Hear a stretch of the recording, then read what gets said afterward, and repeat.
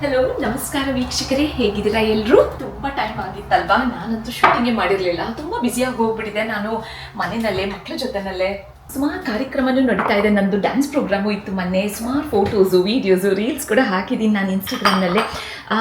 ಇವತ್ತು ತುಂಬ ಟೈಮ್ ಆಗೋಯ್ತು. ಹಾಗೂ ಇದು ಒಂದು ಒಳ್ಳೆ ರಿಕ್ವೆಸ್ಟ್ ಬಂದಿತ್ತು ನನಗೆ ಚೇತನಲ್ಲಿಂದ ಅಂತ. ಒಳ್ಳೆ ರಿಕ್ವೆಸ್ಟ್ ಬಂದಾಗೆ ನನಗೆ ಅದನ್ನು ಮಾಡೋಕ್ಕಂತ ತುಂಬ ಇಷ್ಟ. ಅವ್ರು ಕೇಳಿದರು ಮಸಾಲ ಪೂರಿನ ಮಾಡೋದನ್ನು ತೋರಿಸಿ ಅಂತ. ಅದಕ್ಕೆ ನನ್ನ ಮಕ್ಕಳಿಗೂ ಮಸಾಲ ಪೂರಿ ಅಂದರೆ ತುಂಬ ಇಷ್ಟ. ಇದನ್ನು 1 ಕಪ್ಪು ಬಿಳಿ ಬಟಾಣಿನ ನಾನು ನಿನ್ನೆ ರಾತ್ರಿನೇ ತೊಳೆದು ನೆನೆ ಇಟ್ಟಿದ್ದೀನಿ ನೀರಿನಲ್ಲಿ. ಈ ನೀರನ್ನ ನಾನು ತೆಗೆದ್ಬಿಟ್ಟು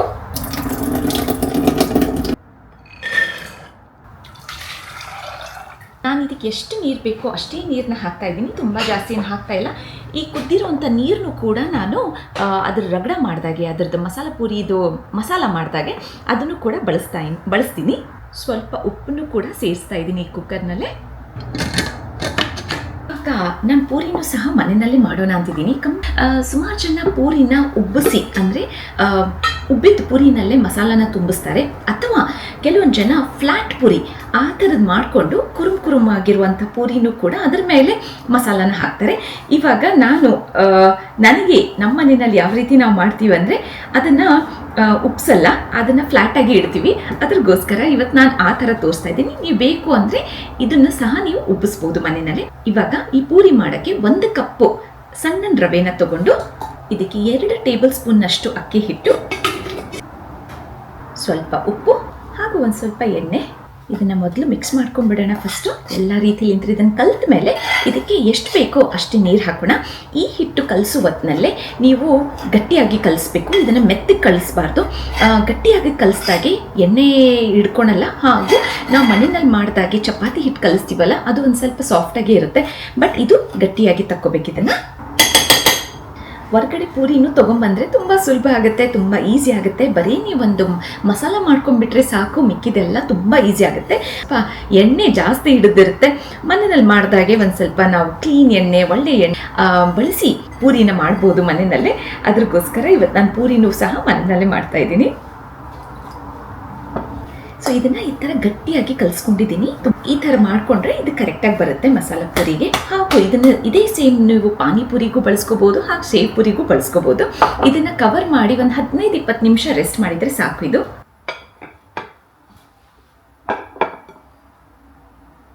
ನಾನು ಬರೀ ಒಂದೇ ವಿಸಿಲ್ ಹೊಡಿಸಿದ್ದೀನಿ, ಬಿಕಾಸ್ ಚೆನ್ನಾಗಿ ನೆಂದಿದೆ ನನ್ನ ಬಟಾಣಿ ಪೂರ್ತಿ ರಾತ್ರಿ. ಅದ್ರಗೋಸ್ಕರ ಒಂದೇ ವಿಸಿಲು. ನಿಮಗೆ ಬೇಕು ಅನಿಸಿದರೆ, ನಿಮ್ಮ ಬಟಾಣಿ ಜಾಸ್ತಿ ಬೇಕು ಅನಿಸಿದರೆ 2 ವಿಸಿಲು ಹೊಡಿಸ್ಬೋದು. ಪುಟ್ಟು ಮಿಕ್ಸಿ ಜಾರ್ ತೊಗೊಂಡಾಗೆ ಜಾಸ್ತಿ ಇದನ್ನಲ್ಲಿ ನೀರು ಹಿಡಿಸಲ್ಲ. ಗಟ್ಟಿ ಪ್ರಮಾಣದಲ್ಲಿ ನಾವು ಚಟ್ನಿನ ತಗೋಬೋದು. ಇದಕ್ಕೆ 1 ಮುಷ್ಟಿನಷ್ಟು ಪುದೀನ ಸೊಪ್ಪು, ನಾನು ಅದನ್ನು ಸೋಸಿಟ್ಕೊಂಡಿದ್ದೀನಿ, ಹಾಗೂ ತೊಳೆದಿರುವಂಥದ್ದು, ಹಾಗೂ ಅದರದ್ದು ಅರ್ಧ ಪ್ರಮಾಣದಷ್ಟು ಕೊತ್ತಂಬರಿ ಸೊಪ್ಪು, 1 ಇಂಚಿನಷ್ಟು ಶುಂಠಿ, 2 ಹಸಿಮೆಣಸಿನಕಾಯಿ, 1/4 ಟೀ ಚಮಚದಷ್ಟು ಜೀರಿಗೆ ಪುಡಿ, 1/4 ಟೀ ಚಮಚದಷ್ಟು ಧನಿಯಾ ಪುಡಿ, ಹಾಗೂ ಲಿಂಬೆಹಣ್ಣಿನ ರಸ. ಇದಕ್ಕೆ ನಾನು ನೀರು ಬದಲಿ ಮೊಸರನ್ನೇ ಹಾಕ್ಕೊತಾ ಇದ್ದೀನಿ. ಕರೆಕ್ಟ್ ಮೊಸರಾಗಿ ಹಾಕ್ಕೊಂಡ್ಬಿಟ್ರೆ ಅದು ರುಬ್ಬಕ್ಕೂ ಕೂಡ ಅದಕ್ಕೆ ಈಸಿ ಆಗುತ್ತೆ. ಹಾಗೂ ನೀರಿನ ಅಳತೆ ಕರೆಕ್ಟಾಗಿ ಸಿಗುತ್ತೆ ನಮಗೆ. 1 ಟೇಬಲ್ ಸ್ಪೂನ್ನಷ್ಟು ಮೊಸರು. ನಾನು ಗ್ರೀಕ್ ಸ್ಟೈಲ್ ಯೋಗರ್ಟ್ನ ಬಳಸ್ತಾ ಇದ್ದೀನಿ, ಬಟ್ ನೀವು ಮನೆ ಮೊಸರನ್ನು ಕೂಡ ಇದಕ್ಕೆ ಬಳಸ್ಕೋಬಹುದು. ಬೇಕು ಅಂದ್ರೆ ಅಷ್ಟೇ ಒಂದು ಸ್ವಲ್ಪ ನೀರು ಹಾಕಿ, ಇಲ್ಲ ಅಂದ್ರೂ ಕೂಡ ಇದೇ ಥರ ರುಬ್ಬಕ್ಕಾಗತ್ತೆ ಅಂದರೆ ಈ ಥರ ರುಬ್ಬಿದ್ರೆ ಗಟ್ಟಿಯಾಗಿ ಚಟ್ನಿನ ತಗೋಬಹುದು.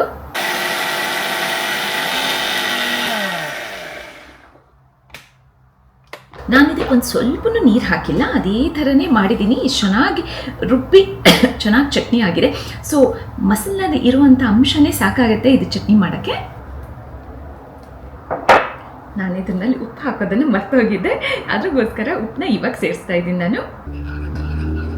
ಚಟ್ನಿ, ಗ್ರೀನ್ ಚಟ್ನಿ, ಕೊತ್ತಂಬರಿ ಹಾಗೂ ಪುದೀನ ಹಾಕಿರುವಂಥ ಫ್ರೆಶ್ ಆಗಿ ಮನೆಯಲ್ಲಿ ಮಾಡಿರುವಂಥ ಚಟ್ನಿ ಇದು ರೆಡಿ ಆಯಿತು. ಇವಾಗ ಮಸಾಲಾಗೆ ರೆಡಿ ಮಾಡ್ಕೊಳ ಕುಕ್ಕರ್ ಸೀಟಿ ಹೊಡೆದಾಯ್ತಲ್ಲ, ಅದು ಕೂಡ ಪ್ರೆಷರ್ ರಿಲೀಸ್ ಆಗುತ್ತೆ. ಇವಾಗ ಅದಕ್ಕೆ ಬೇಕಾಗಿರುವಂಥದ್ದೆಲ್ಲ ತರಕಾರಿನ ನಾನು ಹೆಚ್ಚಿಟ್ಕೊತೀನಿ. ಇವಾಗ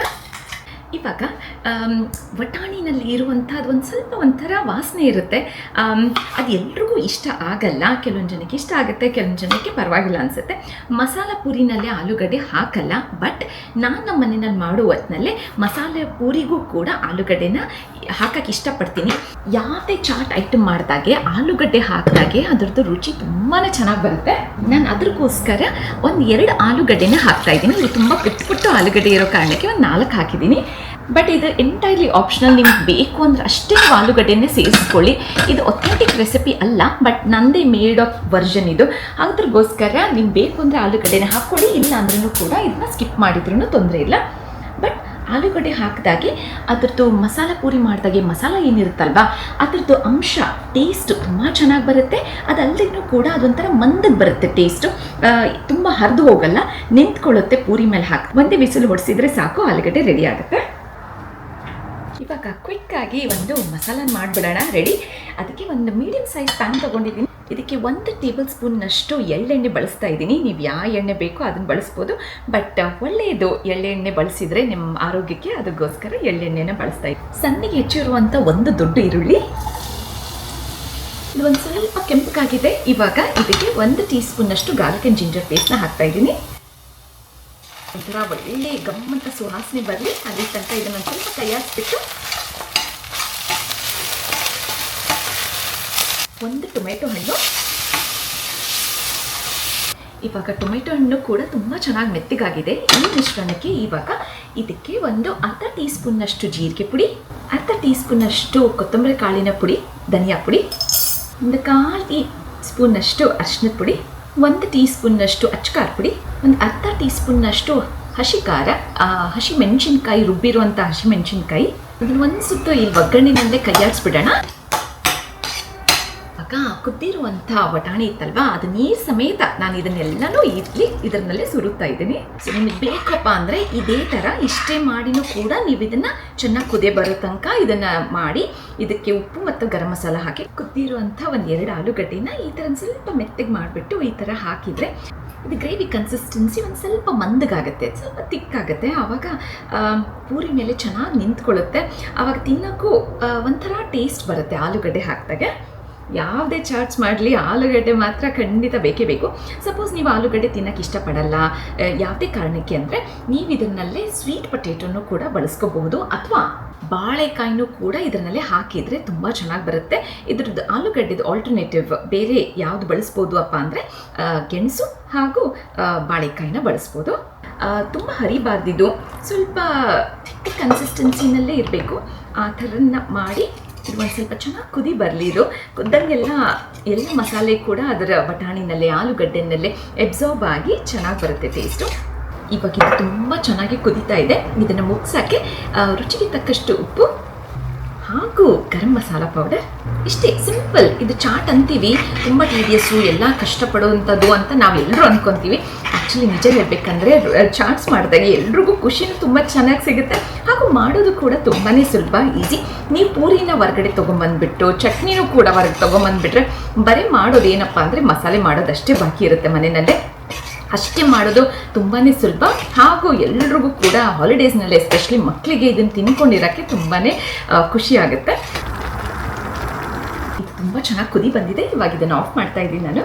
ಈಗ ಕೊನೆಯದಾಗಿ ಬರೀ ಪೂರಿ ಮಾಡೋದಷ್ಟೇ ಉಳಿದಿದೆ. ಎಣ್ಣೆ ಯಾವಾಗಾದರೂ ನೀವು ಕಾಯಿಸೋಕ್ಕಿಟ್ಟಾಗೆ ಆದಷ್ಟು ಹಿಂದಿನ ಭಾಗನ ಇಟ್ಕೊಳ್ಳಿ, ಮುಂದಿನ ಭಾಗನ ಬಳಸಬಾರ್ದು. ಎಣ್ಣೆ ಯಾವುದೇ ಕಾರಣಕ್ಕೆ ಏನಾದರೂ ಕೈ ಬಡ್ದು ಅಥವಾ ಕಡ್ಚಿ ಬಡ್ದು ಉಳಿದಿದ್ರೂ ಕೂಡ ಸೇಫ್ಟಿ ರೀಸನ್ಸ್ಗೆ ಯಾವಾಗಲೂ ಹಿಂದಕ್ಕೆ ಇಟ್ಕೊಂಡೇ ಇದನ್ನು ಕರಿಬೇಕು. ಇದನ್ನು ಚೆನ್ನಾಗಿ ನೆಂದಿದೆ ಹಿಟ್ಟು, ಅದನ್ನು ಲಟ್ಟಿಸಿ ಪೂರಿ ಥರ ಮಾಡೋಣ. ನಾನಿವಾಗ ಪೂರಿ ಮಾಡಬೇಕು ಅಂದಾಗೆ ಈ ಥರ ಚಿಕ್ಕ ಕಟೋರಿ, ನಿಮ್ಮ ಮನೆಯಲ್ಲೇ ರೌಂಡ್ ಶೇಪ್ ಇರುವಂಥ ಕಟೋರಿ ಅಥವಾ ಕಟರ್ ಇದ್ರೂ ಕುಕ್ಕಿ ಕಟರ್ ಅದನ್ನು ಕೂಡ ಬಳಸ್ಬೋದು. ಅದಿಲ್ಲಪ್ಪ ಅಂದರೆ ಈ ಥರ ಚಿಕ್ಕ ಬಟ್ಲನ್ನ ಬಳಸಿ, ಅದು ರೌಂಡ್ ಇತ್ತಂದರೆ ಈ ಥರ ಶಾರ್ಪ್ ಇದ್ದರೆ ಅದು ತುಂಬಾ ಹೆಲ್ಪ್ ಆಗುತ್ತೆ.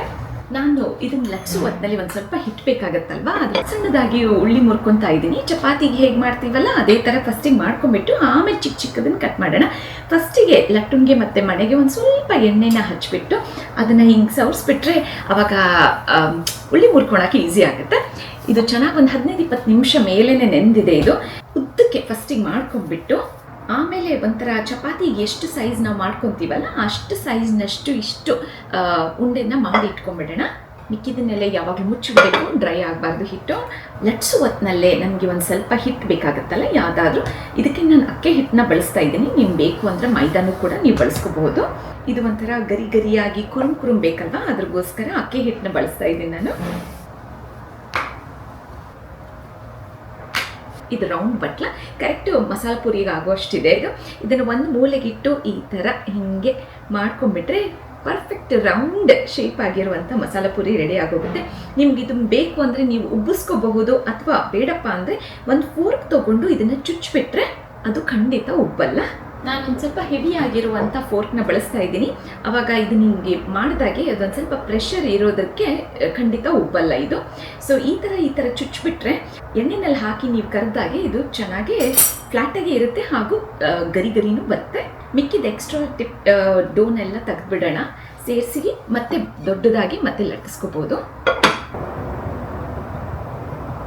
ಸೊ ಎಣ್ಣೆನೂ ತುಂಬ ಚೆನ್ನಾಗಿ ಕಾದಿದೆ. ಇವಾಗ ಇದನ್ನು ಡೀಪ್ ಫ್ರೈ ಮಾಡಿಬಿಡೋಣ. ಒಂದೊಂದಾಗಿ ಇದನ್ನು ಸೈಡ್ಲಿಂದ ಕಡಾಯಿ ಸೈಡ್ಲಿಂದ ಹಾಕಿದಾಗೆ ಎಣ್ಣೆ ಚಿಮ್ಮಲ್ಲ ನಿಮ್ಮ ಕೈಗೆ. ಈ ಥರನೇ ಹಾಕ್ತಾ ಹೋಗಿ ನಿಧಾನಕ್ಕೆ ಒಂದು 6-8 ಖಂಡಿತ ಹಿಡಿಸುತ್ತೆ.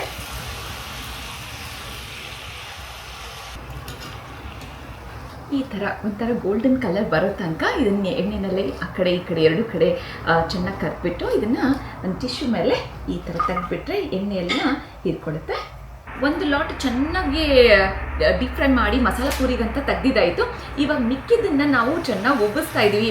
ಸ್ವಲ್ಪ ಶೇವ್ ಪೂರಿ ಪಾನಿಪುರಿನೂ ತಿನ್ನೋಣ ನಾಳೆ ಅಂತ. ಅದ್ರಗೋಸ್ಕರ ಅದು ಉಪ್ಸೋದು ಕೂಡ ಎಷ್ಟು ಸುಲಭವಾಗಿ ಉಪ್ಸೋಕ್ಕೂ ಬರ್ತಾ ಇದೆ, ಹಾಗೂ ತುಂಬ ಚೆನ್ನಾಗೂ ಬರ್ತಾ ಇದೆ. ಮನೆಯಲ್ಲಿ ಮಾಡಿದಾಗೆ ಇದೇ ಒಂದು ಸ್ಪೆಷಾಲಿಟಿ ಅಲ್ವಾ. ಒಳ್ಳೆ ಎಣ್ಣೆನ ಬಳಸಿ ಈ ಥರ ಪೂರಿನ ಮಾಡಿ ತಿಂದಾಗೂ ನಮಗೂ ಯೋಚನೆ ಇರಲ್ಲ ಮಕ್ಳು ಹೆಲ್ತ್ ಕೆಡ್ತಾ ಇದೆ ಅಂತ. ಮಾಡೋದು ಕೂಡ ತುಂಬ ಸುಲಭ. ಇಷ್ಟೊಂದು ಪೂರಿ ನಾನು ಆವಾಗಲೇ ಮಾಡಿಟ್ಟಿದ್ದಾಯಿತು. ಫುಲ್ ಸುಮಾರು ಒಂದು 40 ಪೂರಿ ಅಂತೂ ಆರಾಮಾಗಿ ಆಗಿದೆ. ಒಂದು ಅರ್ಧ ತಾಸಿನಲ್ಲೇ ಒಂದು 100 ಪೂರಿ ಖಂಡಿತ ಮಾಡ್ಬೋದು. ಪಾನಿಪುರಿ ಬೇಕಂದರೆ ಪಾನಿಪುರಿಗೂ ಕೂಡ ಅಥವಾ ಸೇವ್ ಪೂರಿಗೂ ಕೂಡ ಈ ಥರ ಮನೆಯಲ್ಲೇ ಉಬ್ಬಿರುವಂಥ ಪೂರಿನ ಮಾಡ್ಕೋಬಹುದು. ಸೇಮ್ ಹಿಟ್ಟನ್ನ ಬಳಸಿ ಮಸಾಲೆ ಪೂರಿಗೂ ಕೂಡ ಈ ಥರ ಫ್ಲಾಟ್ ಪೂರಿನೂ ಕರ್ದು ಇಟ್ಕೊಂಡಿದ್ದೀನಿ. ಸುಮಾರು ಪೂರಿನೇ ಆಗಿದ್ದಾವೆ ಇವಾಗ, ಚೆನ್ನಾಗಿ ಮನೆಯಲ್ಲಿ ತಿನ್ಕೋಬೋದು. ಸೊ ಇದಕ್ಕೆ ಬೇಕಾಗಿರುವಂಥ ಮಸಾಲೆ ಪೂರಿಗೆ ಬೇಕಾಗಿರುವಂಥ ಎಲ್ಲ ಸಾಮಗ್ರಿನೂ ರೆಡಿ ಆಗಿದೆ. ಇವಾಗ ಇದನ್ನು ಪ್ಲೇಟ್ ಮಾಡಿ ತಿನ್ನೋದು ಒಂದೇ ಬಾಕಿ. ಈ ಥರ ಎಲ್ಲನೂ ರೆಡಿ ಆದಾಗೆ ಬರೀ ಒಂದು ಪ್ಲೇಟ್ಸು ಹಾಗೂ ಸ್ಪೂನ್ಸ್ನ ರೆಡಿ ಮಾಡಿ ಇಟ್ಬಿಟ್ರೆ ಸಾಕು. ನಿಮ್ಮ ಬರ್ತ್ಡೇ ಪಾರ್ಟೀಸ್ಗೆ, ಕಿಟಿ ಪಾರ್ಟೀಸ್ಗೆ ಈ ಥರ ಅರೇಂಜ್ಮೆಂಟ್ ಮಾಡಿಟ್ರೆ ಬಂದವ್ರಿಗೆಲ್ಲರಿಗೂ ತುಂಬಾ ಇಷ್ಟ ಆಗುತ್ತೆ. ಅವರೇ ಮಾಡಿಕೊಂಡು ತಿನ್ನೋಕ್ಕೂ ಕೂಡ ತುಂಬ ಜನ ಇಷ್ಟಪಡ್ತಾರೆ. ಸೊ ಇವತ್ತು ನಮ್ದು ಇದೆಲ್ಲ ರೆಡಿ ಆಗಿದೆ ಅಂದರೆ ನಾನು ಕೂಡ ಇವಾಗ ಪ್ಲೇಟ್ ಮಾಡ್ಕೊಂಡು ತಿನ್ನೋದಷ್ಟೇ ಬಾಕಿ. ಬಾಯಿನಲ್ಲಿ ನೀರು ಬರ್ತಾ ಇದೆ, ಹಾಗೂ ಮಧ್ಯಾಹ್ನ ಹೊತ್ತು ತುಂಬ ಹಸಿವು ಕೂಡ ಆಗಿದೆ. ಅದಕ್ಕೆ ಈ ಥರ ನೀವು ಪೂರೀಸ್ನ ಕೆಳಗಡೆ ಇಟ್ಕೊಂಡು ಕೂಡ ಮಾಡಿರುವಂಥ ಮಸಾಲ ಮಾಡಿದ್ದೀವಲ್ಲ, ಇದು ರಗಡ ಅಂತೀವಲ್ಲ, ಪಲ್ಯ ಮಾಡಿದ್ವಲ್ಲ, ಆಲೂಗಡ್ಡೆ ಹಾಗೂ ವಟಾಣೆ ಹಾಕಿರುವಂಥ ಚೆನ್ನಾಗಿ ಒಳ್ಳೆ ಪೋರ್ಷನ್ ಹಾಕ್ಕೊಳ್ಳಿ ಇದನ್ನು. ಇದು ತುಂಬ ಫಿಲ್ಲಿಂಗ್. ಇದು ಒಂದೇ ಐಟಮ್ ಮಾಡಿದ್ರೂ ಕೂಡ ಚೆನ್ನಾಗಿ ಹೊಟ್ಟೆ ತುಂಬುತ್ತೆ. ಮತ್ತೆ ಬೇರೆ ಬೇಕು ಅಂತ ಅನಿಸಲ್ಲ. ಅದಕ್ಕೆ ನಾನು ಇವತ್ತು ಮಧ್ಯಾಹ್ನ ಊಟಕ್ಕೇ ಇದನ್ನು ಮಾಡಿಬಿಟ್ಟಿದ್ದೀನಿ. ಬೇರೆ ಇನ್ನೇನು ಬೇಕಾಗಲ್ಲ ಅಂತ. ಆಮೇಲೆ ಮಕ್ಳಿಗೂ ಇದು ತುಂಬ ಚೆನ್ನಾಗಿ ಅನಿಸುತ್ತೆ, ಇಷ್ಟ ಆಗುತ್ತೆ, ಖುಷಿ ಆಗುತ್ತೆ ತಿನ್ನೋಕ್ಕೆ. ಬಿಸಿನೇ ಇರಬೇಕು, ಇದು ತುಂಬ ತಣ್ಣಗೇನು ಇರಬಾರ್ದು. ಈ ಮಸಾಲ ಬಿಸಿ ಇದ್ದಾಗೇ ಇದನ್ನು ತಿನ್ನೋದು ತುಂಬ ಚೆನ್ನಾಗಿ ಅನಿಸುತ್ತೆ. ಕೆಲವೊಂದು ಪೂರೀಸ್ ನೋಡಿ ಈ ಥರ ಸೊಟ್ಟಪಟ್ಟ ಆಗಿರುತ್ತೆ, ತುಂಬ ಫ್ಲ್ಯಾಟ್ ಆಗಿರಲ್ಲ. ಆ ಥರದ ಪೂರೀಸ್ನ ತೊಗೊಂಡ್ಬಿಟ್ಟು ಈ ಥರ ಇದ್ರ ಮೇಲೆ ಹೀಗೆ ಉದುರಿಸ್ಕೊಳ್ಳಿ. ಆವಾಗ ಕೆಲವೊಂದು ಕುರುಮಾಗಿ ಸಿಗುತ್ತೆ, ಕೆಲವೊಂದು ಮೆತ್ತಿ ಒಂದು ಸ್ವಲ್ಪ ಪಲ್ಯ ಹಾಕಿದ್ದೀವಲ್ಲ ಆ ಥರ. ಹಾಗೂ ಇದ್ರ ಮೇಲೆ ಸಣ್ಣಗೆ ಹೆಚ್ಚಿರುವಂಥ ಈರುಳ್ಳಿ, ಟೊಮೆಟೊ ಹಣ್ಣು ಹಾಗೂ ಕಟ್ಟಮೀಠ ಪಾನಿ. ನಾನು ಈ ಕಟ್ಟಮೀಠ ಪಾನಿ ನಮ್ಮ ಮನೆಯಲ್ಲಿ ರೆಡಿಯಾಗಿತ್ತು, ಅದನ್ನೇ ಬಳಸ್ತಾ ಇದ್ದೀನಿ. ನಾನು ಇಂಗ್ಲೀಷ್ ಚಾನಲಲ್ಲೇ ಕಟ್ಟಮೀಠ ಪಾನಿ ಮಾಡೋದನ್ನು ಸುಮಾರು ಸರ್ತಿ ತೋರಿಸಿದ್ದೀನಿ. ಯಾರಿಗಾದರೂ ಅದು ಬೇಕು ಅನಿಸಿದರೆ ಅದನ್ನಲ್ಲೇ ಖಂಡಿತ ಚೆಕ್ ಮಾಡಿ. ನಮ್ಮ ಮನೆಯಲ್ಲಿ ಮಾಡಿರುವಂಥ ಕಟ್ಟಮೀಠ ಪಾನಿ ತುಂಬಾ ರುಚಿಯಾಗಿರುತ್ತೆ. ಇದನ್ನು ಒಳ್ಳೆ ಕ್ವಾಂಟಿಟಿನಲ್ಲಿ ಹಾಕ್ಕೊಂಡಂಗೆ ಇನ್ನೂ ಟೇಸ್ಟು ಕೂಡ ತುಂಬ ಚೆನ್ನಾಗಿ ಬರುತ್ತೆ. ಅದಾದಮೇಲೆ ಇದ್ರ ಮೇಲೆ ತೀಖಾ ಚಟ್ನಿ ಈ ಥರ ಎಲ್ಲ ಕಡೆನೂ ಹಾಕ್ಕೊಂಡ್ರೆ ಇದು ಚಾಟ್ಸ್ದು ಸ್ಪೆಷಾಲಿಟಿನೇ ಅದಲ್ವಾ. ಎಲ್ಲ ಕಡೆನೂ ಎಲ್ಲ ಥರದ ಕಲರು ಸಿಗುತ್ತೆ, ಹಾಗೂ ಫ್ಲೇವರ್ಸ್ ಕೂಡ ಅದ್ಭುತವಾಗಿರುತ್ತೆ. ಈ ಥರ ಎಲ್ಲ ಹಾಕ್ಕೊಂಡ್ಮೇಲೆ ನಮ್ಮ ಮನೆಯಲ್ಲಿ ಯಾವಾಗಲೂ ಫ್ರೀಝರ್ನಲ್ಲೇ ನಾನು ಸೇವ್ನ ಇಟ್ಕೊಂಡಿರ್ತೀನಿ. ಫ್ರೀಝರ್ನಲ್ಲಿ ಸೇವ್ ಇಟ್ಕೊಂಡ್ರೆ ಇದು ಎಣ್ಣೆ ಆಗಲ್ಲ, ಇದು ತುಂಬಾ ಟೇಸ್ಟಿಯಾಗಿರುತ್ತೆ, ಹಾಗೂ ತುಂಬ ದಿನಾನೂ ಕೂಡ ಇದು ಬರುತ್ತೆ. ಹೊರ್ಗಡೆ ಇಟ್ಟರೆ ಒಂದು ಸ್ವಲ್ಪ ಎಣ್ಣೆ ಅಂಶ ಆಗುತ್ತೆ, ಹಾಗೂ ಕೆಟ್ಟು ಹೋಗೋ ಚಾನ್ಸಸ್ಸು ಕೂಡ ಇರುತ್ತೆ. ಇದಕ್ಕೆ ಎಲ್ಲ ಕಡೆನೂ ಒಂದು ಸ್ವಲ್ಪ ತೆಳ್ಳನ ಸೇವನ್ನ ಉದುರಿಸ್ಕೊಂಡ್ಬಿಟ್ಟು ಅದಾದಮೇಲೆ ಇದನ್ನು ಮುಗ್ಸಾಕೆ ನಮ್ಮ ಕೊತ್ತಂಬರಿ ಸೊಪ್ಪು ಬೇಕೇ ಬೇಕು. ಹಸಿರು ಕಲರ್ ಬರುತ್ತೆ, ಹಾಗೂ ರುಚಿನೂ ಕೂಡ ತುಂಬ ಚೆನ್ನಾಗಿರುತ್ತೆ. ಈ ಥರ ಮಾಡಿಕೊಂಡು ನೀವು ತಿನ್ನಿ, ನಿಮ್ಮ ಮನೆ ಮಂದಿಗೆ ತಿನ್ನಿಸಿ, ಹಾಗೂ ನಿಮ್ಮ ಮಕ್ಳಿಗೂ ಕೂಡ ಹಾಲಿಡೇಸ್ನಲ್ಲೇ ಅಥವಾ ಸ್ಕೂಲಿಂದ ಬಂದಮೇಲೆ ಮಾಡಿಕೊಟ್ರೆ ಅವ್ರಿಗೆ ತುಂಬ ಖುಷಿ ಆಗುತ್ತೆ. ಮಸಾಲ ಪೂರಿ ಎಲ್ರಿಗೂ ತುಂಬ ಇಷ್ಟ ಆಗಿದೆ ಅಂತ ಅಂದ್ಕೊತೀನಿ. ಹಾಗೂ ನೀವು ನಿಮ್ಮ ಮನೆಯಲ್ಲಿ ಇದನ್ನು ಮಾಡಿಕೊಂಡು ತಿಳಿಸ್ತೀರಾ ನನಗೆ ಹೇಗನ್ನಿಸ್ತು ಅಂತ. ತುಂಬ ಥ್ಯಾಂಕ್ಸ್ ಈ ಥರ ಕೇಳಿದ ರಿಕ್ವೆಸ್ಟ್ಗೆ. ನನಗೆ ಬಂತು ಅಂದರೆ ಖಂಡಿತ ನಾನು ಮಾಡೋಕ್ಕೆ ಇಷ್ಟಪಡ್ತೀನಿ. ಮತ್ತೆ ಮುಂದಿನ ವಾರ ಸಿಗೋಣ. ತುಂಬ ಥ್ಯಾಂಕ್ಸ್ ಕೊನೆ ತನಕ ಉಳ್ಕೊಂಡು ಈ ವಿಡಿಯೋನ ನೋಡಿದ್ದಕ್ಕೆ. Thank you.